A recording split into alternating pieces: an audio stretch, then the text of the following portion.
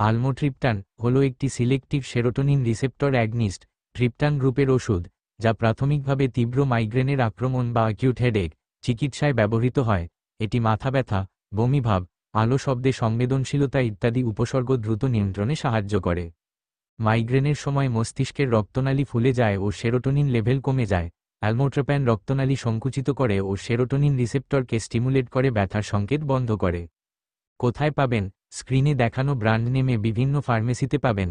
Dose ও ব্যবহার: প্রচলিত dose 12.5 milligram tablet. Migraine শুরুর সাথে সাথেই এক ট্যাবলেট খাবেন। ব্যথা না কমলে অন্তত 2 ঘন্টা পর দ্বিতীয় ডোজ নেওয়া যেতে পারে। 24 ঘন্টায় সর্বোচ্চ 25 মিলিগ্রাম। খালি পেটে বা ভরা পেটে খাওয়া যাবে।